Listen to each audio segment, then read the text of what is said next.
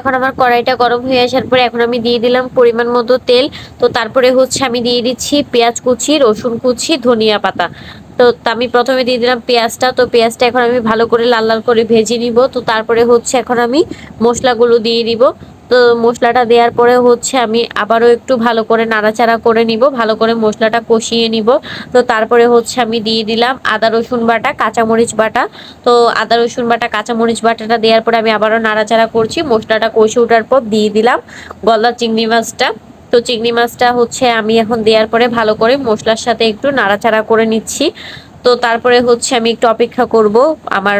তারপরে হচ্ছে এখন আমি দিয়ে দিলাম সিমের বিচি।